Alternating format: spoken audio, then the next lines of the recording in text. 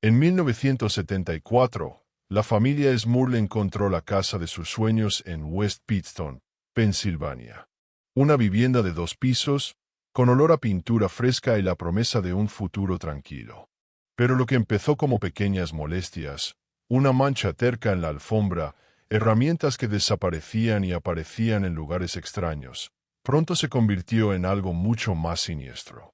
El frío inexplicable que invadía las habitaciones, la televisión que se encendía sola, los susurros que surgían de la nada. La normalidad se desvanecía, revelando una presencia que no solo quería asustar, sino poseer. Esta es la historia real de cómo un hogar se transformó en un campo de batalla, y una familia, en el objetivo de una guerra invisible.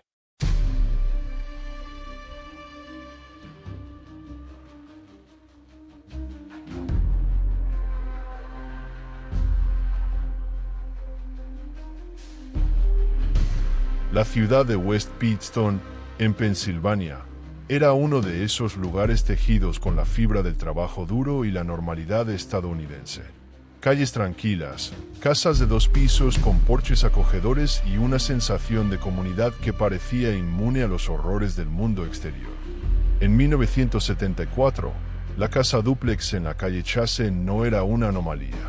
Era una promesa, una estructura de madera blanca y azul, dividida en 2 residencias, con un pequeño césped al frente y la apariencia sólida de un futuro estable.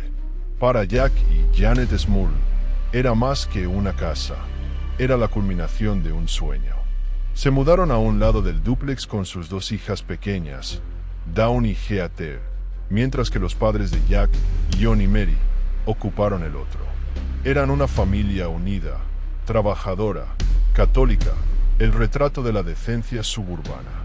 La casa, aunque necesitaba reparaciones después de una inundación reciente, tenía buenos cimientos. Nadie podría haber sabido que su médula estaba podrida. Los primeros meses fueron una sinfonía de normalidad. El olor a pintura fresca se mezclaba con el sonido de las risas de las niñas corriendo por el pasillo. Jack, un hombre práctico y con los pies en la tierra, pasaba los fines de semana arreglando las tuberías, pintando paredes y haciendo que ese espacio fuera verdaderamente suyo. Janet, con su energía cálida, transformaba las habitaciones vacías en un hogar, llenando cada rincón con cortinas, fotografías familiares y la promesa de una vida feliz. La casa parecía respirar con ellos, un organismo benigno que los albergaba. Pero incluso en los organismos más sanos, una sola célula enferma puede iniciar una plaga. La primera nota disonante fue casi imperceptible, fácil de descartar. Una mancha oscura apareció en la alfombra nueva de la sala. Janet la frotó. Usó todos los productos de limpieza que conocía, pero la mancha persistía, a veces pareciendo desvanecerse solo para regresar al día siguiente, un poco más oscura, como un moretón terco en la piel de la casa. Jack la tranquilizó, culpando a la humedad del sótano, a los materiales de construcción baratos. Era una explicación lógica. Siempre había una explicación lógica. Luego, las herramientas de Jack comenzaron a desaparecer. Un destornillador dejado en la encimera de la cocina era encontrado dentro del refrigerador. Un martillo, que él juraba haber guardado en la caja de herramientas, aparecía colgado de un gancho en el armario del dormitorio. Eran molestias, lapsos de memoria, quizás travesuras de las niñas. Pero la alternativa era impensable. La mente humana, por instinto de supervivencia, siempre busca el camino de la razón, aun cuando la carretera se está desmoronando. El otoño llegó, trayendo consigo un frío que parecía instalarse no solo afuera, sino también adentro.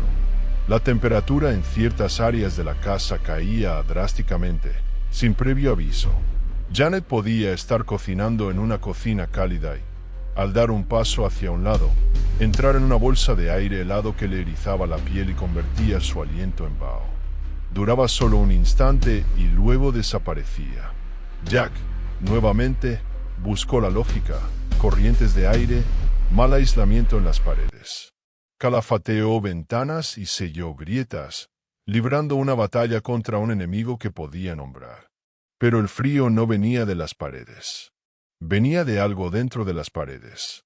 Las anomalías se volvieron más audaces, como si una presencia estuviera probando sus límites, midiendo la elasticidad de la incredulidad de la familia. El televisor, un modelo antiguo y pesado, se encendía solo en medio de la noche, el sonido crepitando en el silencio, llenando la casa con el zumbido de la estática. Otras veces, los canales cambiaban frenéticamente, un torbellino de imágenes y voces pasando por la pantalla antes de apagarse abruptamente. Jack culpó al cableado defectuoso, incluso le dio una palmada al costado del aparato, un gesto primitivo de frustración contra la tecnología rebelde. El olor era lo más insidioso. Un hedor pútrido e indefinible que surgía sin previo aviso y desaparecía con la misma rapidez. No era basura, no era un animal muerto bajo el suelo. Era un olor a decadencia, pero una decadencia que parecía antigua, casi profana.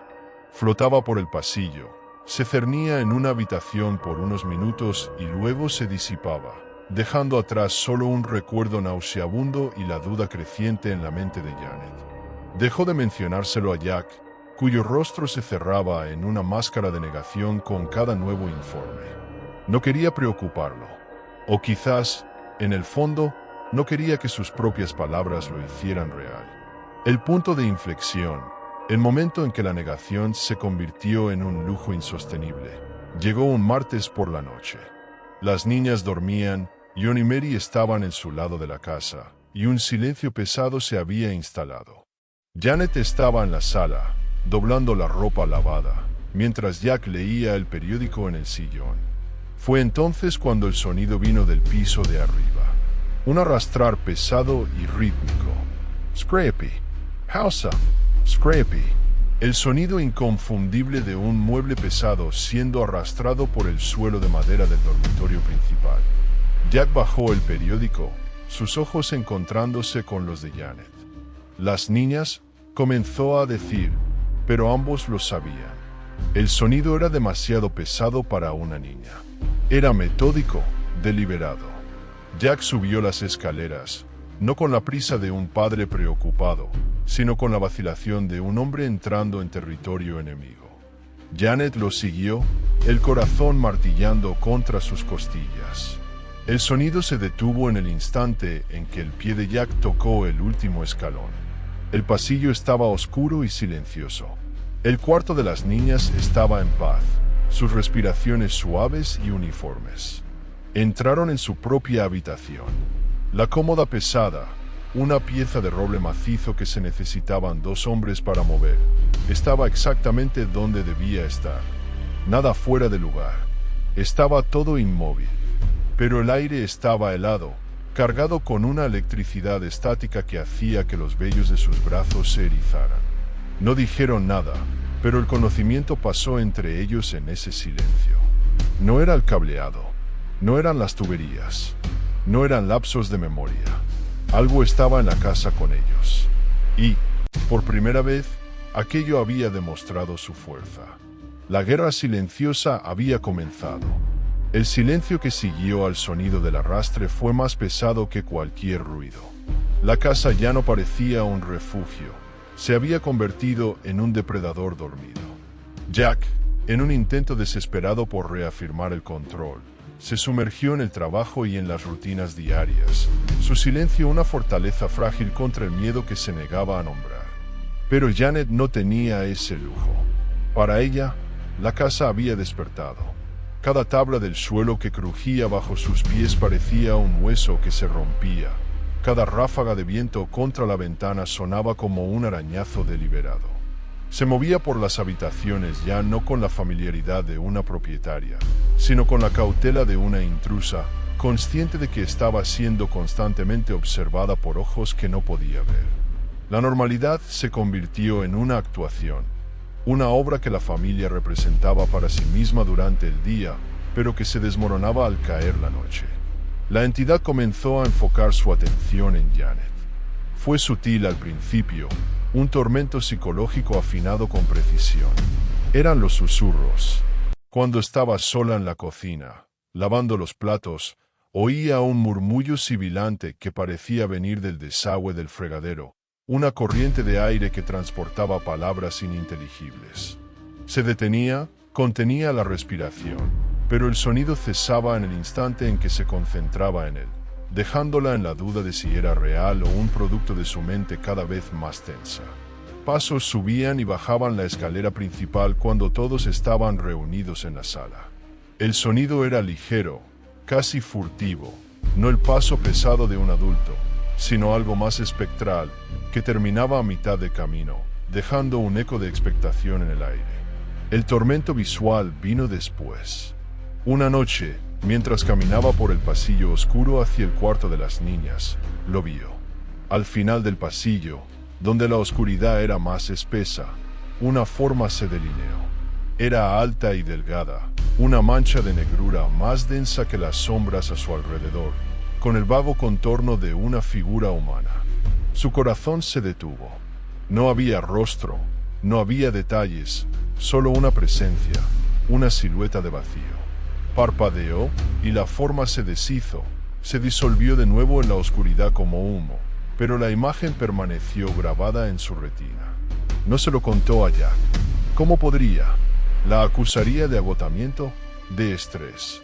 Estaba siendo aislada, acorralada dentro de su propia casa y de su propia mente. La agresión de la entidad se volvió más física, más descarada. Puertas que habían sido cuidadosamente cerradas se abrían de golpe con un chasquido seco. Un día, mientras Janet preparaba el almuerzo, todos los cajones de la cocina se abrieron de una vez, con una fuerza que hizo vibrar los cubiertos, un acto de provocación súbito y violento. En otra ocasión, un crucifijo que colgaba en la pared de la sala fue encontrado en el suelo, boca abajo. No se había caído, había sido colocado. Cada incidente era una declaración, una demostración de poder que se burlaba de sus intentos de mantener la normalidad. La casa se estaba convirtiendo en un parque de diversiones para una fuerza malévola, y la familia Smurl era la atracción principal. El verdadero terror, sin embargo, comenzó cuando tocó a las niñas. Geater, la hija menor, se despertaba gritando en medio de la noche. Al principio, eran los terrores nocturnos comunes de una niña, pero luego comenzó a hablar de una anciana que se quedaba en la esquina de su habitación, solo observando. Describió a una mujer con un vestido oscuro y un rostro pálido y enojado. Jack y Janet intentaron calmarla, asegurándole que solo eran pesadillas, pero cuando Janet entraba en la habitación para consolar a su hija, lo sentía. El frío, ese mismo frío opresivo y antinatural, concentrado en la esquina exacta que Geater había señalado. La entidad ya no se contentaba con atormentar a los adultos. Estaba empezando a interesarse por las niñas, y esa percepción llenó a Janet con un tipo de miedo primario que nunca había conocido. Al otro lado del dúplex, los padres de Jack también comenzaron a experimentar los fenómenos. Mary oía golpes en las paredes que compartían con la casa de su hijo, conversaciones ahogadas y música que parecía venir de la nada. John, un hombre pragmático como su hijo, encontraba sus herramientas movidas y sentía olores inexplicables. El mal se estaba filtrando a través de las paredes. La infestación se estaba extendiendo. Toda la casa estaba enferma. El clímax de esta fase de escalada, el acto que destruyó cualquier esperanza restante de una explicación racional, ocurrió en una tarde fría de enero. Las niñas estaban en la escuela, Jack en el trabajo. Janet estaba sola, limpiando la sala. El sol de la tarde entraba por las ventanas, pero no traía calor. De repente, una ola de frío glacial barrió la habitación, tan intensa que le robó el aliento de los pulmones. El olor pútrido regresó, abrumador, llenando sus fosas nasales con el hedor a tierra de cementerio y carne podrida. Los susurros comenzaron, ya no en el límite de la audición, sino desde todos los lados, un coro de voces superpuestas, siseando en una lengua desconocida. Se giró, en pánico, buscando la fuente, pero no había nada. Fue entonces cuando lo sintió. una presión en su cuerpo, como si manos invisibles la estuvieran sosteniendo. Sus pies dejaron el suelo. Por un instante surrealista y de puro horror, estaba flotando, suspendida a casi medio metro por encima de la alfombra. El mundo se inclinó. La sala familiar se convirtió en un paisaje alienígena visto desde una perspectiva imposible. El pánico dio paso a un terror blanco y paralizante. No podía gritar, no podía respirar. Las voces susurrantes crecieron hasta convertirse en un rugido cacofónico en su mente. Y entonces, tan abruptamente como comenzó, la fuerza la soltó. Cayó al suelo con un golpe sordo, el aire volviendo a sus pulmones en un sollozo ahogado. Se quedó allí, temblando incontrolablemente en el suelo de su propia casa, ya no una víctima de ruidos y sombras, sino una víctima de un ataque físico. La línea había sido cruzada. La presencia no solo quería asustarlos, quería herirlos. Era una fuerza física, violenta, y estaban atrapados con ella. La caída de Janet al suelo de la sala fue el sonido que rompió la columna vertebral del escepticismo de Jack. La encontró allí, una figura encogida en un terror mudo, y en sus ojos vio el reflejo del abismo que se había abierto en su casa. Ya no había lugar para explicaciones sobre cableado defectuoso o tuberías viejas. La cosa en su casa era real, era física y era violenta. El miedo, antes un visitante nocturno, ahora era un residente permanente, sentado a la mesa del comedor con ellos, durmiendo en las habitaciones de sus hijas. La fachada de normalidad se derrumbó por completo, reemplazada por una vigilia constante y agotadora. Cada sombra era una amenaza, cada sonido un presagio de un nuevo ataque. Siendo una familia profundamente católica, su primer instinto fue buscar refugio en la única fortaleza que conocían. Con manos temblorosas, Janet marcó el número de la rectoría local. La conversación fue un ejercicio de humillación y desesperación, la dificultad de poner en palabras la locura que habían experimentado para un oído entrenado en la lógica y la doctrina. No hablaron de la levitación. Era un paso demasiado grande. Hablaron de los ruidos, los olores, el frío, las apariciones, la fuerza invisible que movía objetos.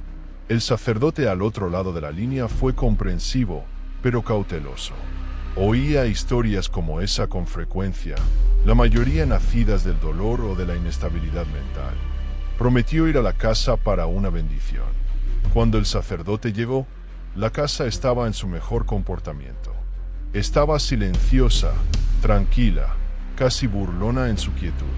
El sacerdote caminó por las habitaciones, rociando agua bendita y recitando las oraciones en latín. El ritual era un gesto de fe, un intento de reafirmar la santidad del hogar y expulsar cualquier cosa que no perteneciera a Dios. Jack y Janet se aferraron a cada palabra, a cada gota de agua bendita, como un náufrago se aferra a un trozo de madera. Por un breve momento, mientras el olor a incienso llenaba el aire, sintieron un atisbo de paz, una frágil esperanza de que aquello podría tener un fin. La esperanza fue aniquilada esa misma noche. La bendición no había limpiado la casa, había enfurecido a lo que fuera que habitara allí. La represalia fue inmediata y brutal. Tan pronto como cayó la oscuridad, la casa explotó en una cacofonía de actividad paranormal. Golpes violentos resonaban desde dentro de las paredes, no como toques, sino como puñetazos asestados por un puño poderoso. Un hedor a azufre, acre y nauseabundo, reemplazó el olor a incienso. En la cocina, todos los gabinetes se abrieron con un estruendo, y platos y vasos fueron arrojados de los estantes, rompiéndose en el suelo en una lluvia de añicos. Las niñas gritaban en sus habitaciones mientras sus colchones temblaban violentamente. La entidad no solo estaba reaccionando, estaba presumiendo, demostrando que su fe era impotente, que el ritual sagrado era una broma para ella. El ataque más aterrador fue dirigido a Jack. Mientras estaba en el baño, sintió un frío cortante y vio una forma oscura materializarse en el espejo detrás de él. Antes de que pudiera reaccionar, Una fuerza invisible lo agarró y lo arrojó contra la pared de la ducha con fuerza suficiente para dejarlo sin aire y con el cuerpo dolorido. El mensaje era claro: nadie estaba a salvo. Los intentos de luchar solo intensificaban la violencia. Desesperados y abandonados por la protección que esperaban de la iglesia local, los Smurl sabían que necesitaban un tipo diferente de ayuda. Fue entonces cuando oyeron hablar de Ed y Lorraine Warren, investigadores paranormales de Connecticut, demonólogos reconocidos por la iglesia, una pareja que había enfrentado el mal en sus formas más puras. Ponerse en contacto con ellos fue el último recurso, un salto al vacío. La llegada de los Warren no fue como la del sacerdote local. No trajeron una paz esperanzadora, sino la gravedad sombría de soldados veteranos llegando a una zona de guerra activa. Ed, con su mirada firme y comportamiento pragmático, comenzó una investigación metódica de la historia de la casa y de la familia. Lorraine, la clarividente, era el verdadero instrumento. Al entrar en la casa, su rostro palideció. El aire pesado que los Smurl se habían acostumbrado a sentir era, para ella, un grito ensordecedor. La narración de su paso por la casa sería la revelación de la verdad. Mientras Lorraine caminaba, veía no solo una, sino múltiples capas de actividad. Sintió la presencia de la anciana que Heather había descrito, un espíritu amargado ligado a la tierra. Sintió la energía residual de un asesinato ocurrido décadas antes, un eco de violencia atrapado en las paredes. Pero todo eso era ruido de fondo. Eran marionetas. Debajo de todo eso, orquestando el caos, estaba la fuente del poder. En el sótano oscuro y húmedo, Lorraine se detuvo. La temperatura se desplomó. Aquí, la presencia era más fuerte, más antigua. No era humana. Describió a Ed lo que estaba sintiendo, una inteligencia sombría y paciente, un ser de pura malicia. Un demonio. La revelación, transmitida a los Smurl con una seriedad mortal, fue la pieza final y más aterradora del rompecabezas. La investigación de los Warren concluyó que la casa en la calle Chase no era el problema, era solo el escenario.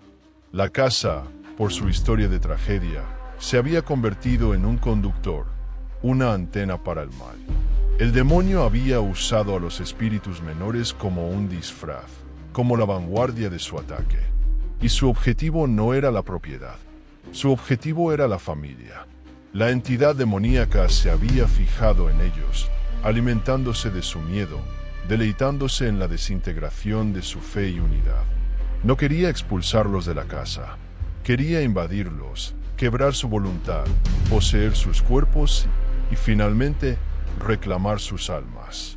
La batalla no era por un pedazo de tierra en Pensilvania. Era una batalla por la salvación de la familia Smurl. Saber el nombre de tu enemigo no trae consuelo cuando ese nombre es demonio. La revelación de los Warren no armó a los Smurl con coraje, sino que los ahogó en una nueva y más profunda capa de terror. No estaban lidiando con un fantasma que necesitaba ayuda para seguir adelante. Estaban siendo cazados por una inteligencia cósmica y malévola cuya existencia era una antítesis de Dios. La casa en la calle Chase se transformó. Las paredes ya no eran barreras de protección, sino los bordes de una jaula. Cada noche era un descenso a un territorio enemigo que, por ironía, era su propio hogar. El miedo se convirtió en el aire que respiraban, espeso y sofocante. La guerra se intensificó. La violencia, antes esporádica, se convirtió en la norma. Los objetos no solo se movían, eran convertidos en armas. Cuchillos de cocina volaban de sus bloques de madera, clavándose en las paredes a centímetros de los miembros de la familia. Una pesada lámpara de araña de metal en el pasillo se balanceaba con una furia imposible, como si intentara arrancarse del techo para caer sobre quien pasara por debajo. La agresión física directa se volvió rutinaria. Janet exhibía arañazos inexplicables en su espalda y brazos, 3 marcas paralelas, como si garras la hubieran rasgado. Jack fue empujado escaleras abajo por una fuerza invisible, salvándose de una caída grave solo por su rápido reflejo.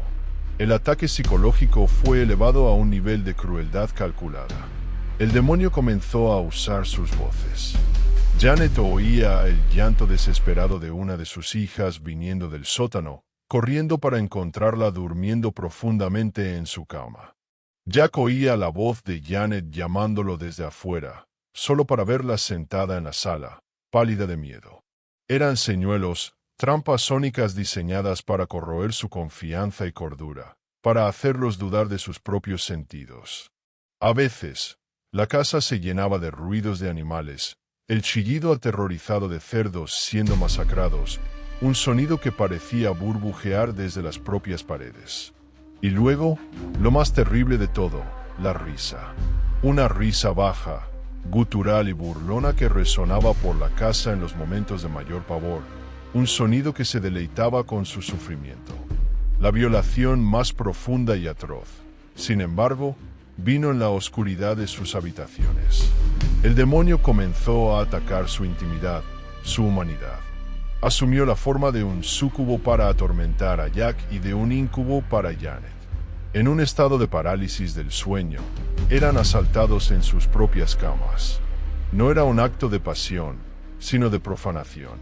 Era un peso frío y opresivo, un toque que parecía succionar el calor y la vida, una violación silenciosa y aterradora que los dejaba sintiéndose sucios, avergonzados y deshumanizados. Era un ataque a su unión como marido y mujer, un intento de corromper el último santuario que les quedaba, el uno al otro. Las niñas no fueron perdonadas del asedio. La entidad ya no se escondía de ellas. Dawn y Heather veían las apariciones con una claridad horrible. La anciana ahora se sentaba al borde de sus camas, observándolas con ojos vacíos.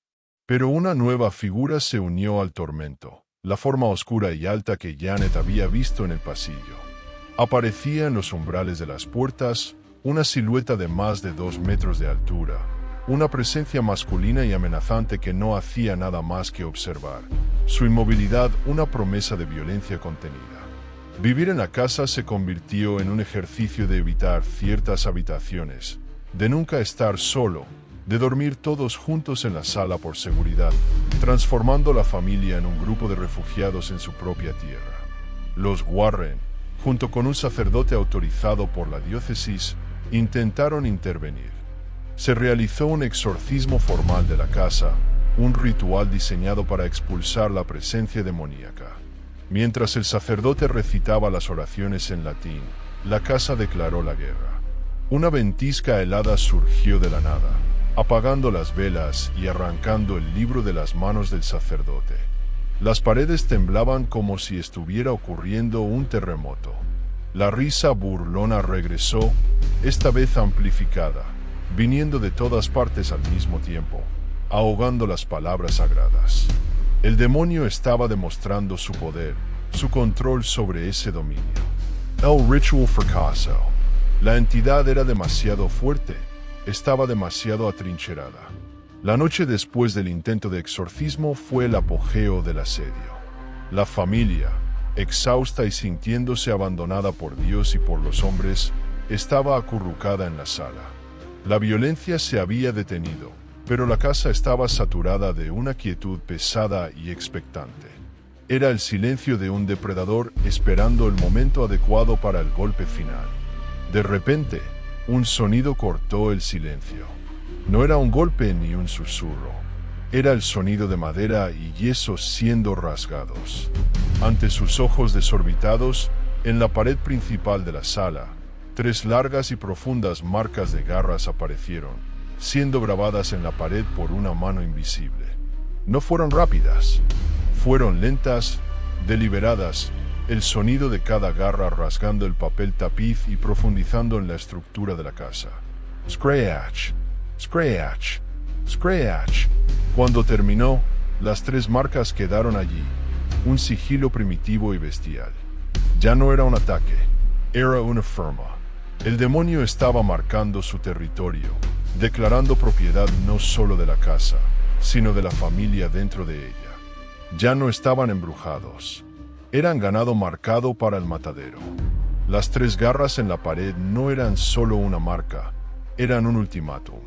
En ese momento, el miedo de la familia Smurl fue superado por algo más fuerte, la percepción de que la aniquilación era inevitable si permanecían en silencio.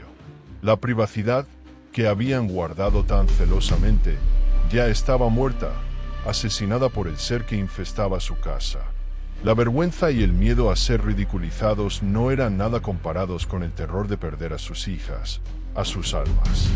Tomaron la única decisión que les quedaba. Lo harían público. La historia de la casa embrujada en la calle Chase se filtró a la prensa, primero como un murmullo local, luego como una inundación de interés nacional. La casa se convirtió en un circo macabro. Reporteros acampaban en el césped, cámaras apuntando a las ventanas como armas, sus flashes perforando la oscuridad de la noche. Escépticos venían a burlarse, curiosos venían a sentir un escalofrío. La familia Smurl, antes anónima, se convirtió en una aberración pública, su agonía transformada en entretenimiento. Pero la apuesta desesperada funcionó. La atención de los medios, la presión pública y la insistencia de los Warren forzaron a la diócesis de Scranton a actuar de forma decisiva. Un exorcista oficial, un sacerdote entrenado específicamente para la guerra espiritual, fue finalmente asignado al caso. No para bendecir la casa una vez más, sino para confrontar al demonio directamente y expulsarlo a través del solemne rito de exorcismo. El día de la confrontación llegó con un cielo gris y pesado. El exorcista, un hombre mayor con ojos que habían presenciado lo indecible, llegó no con campanas e incienso, sino con la quietud de un cirujano antes de una operación de vida o muerte. La familia fue reunida en la sala, el epicentro de la actividad, las 3 garras en la pared sirviendo como un altar profano. Las ventanas fueron cerradas, las puertas aseguradas. La batalla comenzó. Cuando el padre comenzó a recitar las oraciones en latín, la respuesta del demonio fue instantánea y apocalíptica. La temperatura en la habitación se desplomó por debajo de cero, la respiración de todos convirtiéndose en densas nubes de vaho. Las bombillas explotaron en una lluvia de cristal. Un viento furioso surgió dentro de la habitación sellada, volcando muebles y arrancando cuadros de las paredes.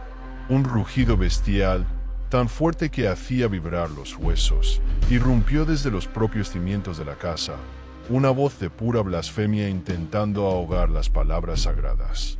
El demonio enfocó su furia en Janet. Sus ojos se pusieron en blanco, y una sonrisa inhumana y retorcida rasgó su rostro. Una voz, gutural y antigua, se derramó de sus labios, no la suya, sino la de la entidad. Hablaba en lenguas muertas, burlándose del sacerdote, revelando pecados secretos, intentando quebrar su fe con conocimiento profano. El cuerpo de Janet se arqueó hacia atrás en un ángulo imposible, sus extremidades contorsionándose mientras la fuerza en su interior luchaba contra el ritual. El sacerdote no vaciló.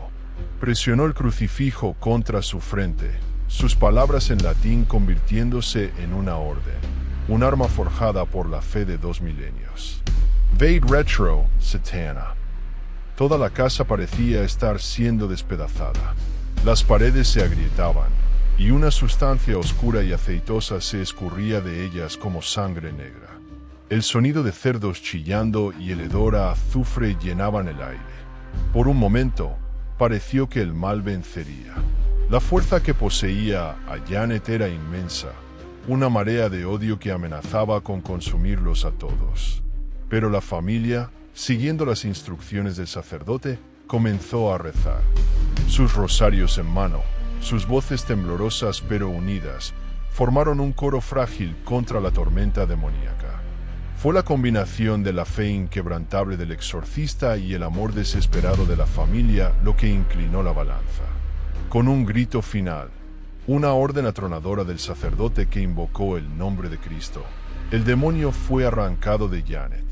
Un chillido agudo, inhumano y lleno de odio resonó por la casa, un sonido que pareció rasgar el tejido mismo de la realidad. Una onda de energía invisible explotó del cuerpo de Janet, arrojando al sacerdote hacia atrás y haciendo añicos las ventanas restantes. Y entonces, el silencio.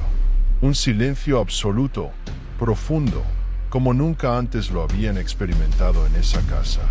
El frío se disipó, reemplazado por un calor neutro. El hedor desapareció. La presión en el aire, que habían soportado durante años, se desvaneció. La casa se sentía vacía. Janet se derrumbó, jadeando, las lágrimas corriendo por su rostro mientras Jack y sus hijas la abrazaban. Habían sobrevivido. La guerra había terminado. La presencia se había ido. En los meses siguientes, los Smurl vendieron la casa de la calle Chase por una fracción de su valor y se mudaron, buscando el anonimato que les habían robado. Intentaron reconstruir, pieza por pieza, una vida normal a partir de las ruinas de su trauma.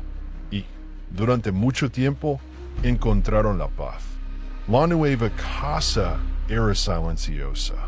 Las noches eran tranquilas, pero el mal no muere. Simplemente se retira a las sombras y espera. Años después, en un nuevo estado, en una nueva ciudad, la normalidad se rompía ocasionalmente. Un olor inexplicable en medio de la noche. La sensación repentina de un frío glacial en un día de verano.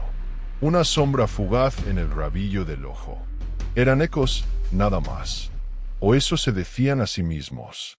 El demonio había sido expulsado, pero la cicatriz en sus almas permanecía. Y, a veces, en la quietud de la noche, tenían la incómoda sensación de que la criatura, desde su lugar distante en la oscuridad, todavía recordaba sus nombres. La batalla fue ganada, pero el enemigo era eterno. La oscuridad es real, y a veces nos devuelve la mirada desde el interior de nuestros propios hogares. Escribe en los comentarios qué te pareció la historia y cuéntame si alguna vez has tenido una experiencia que desafíe toda explicación. El miedo es un lenguaje universal. Compartámoslo.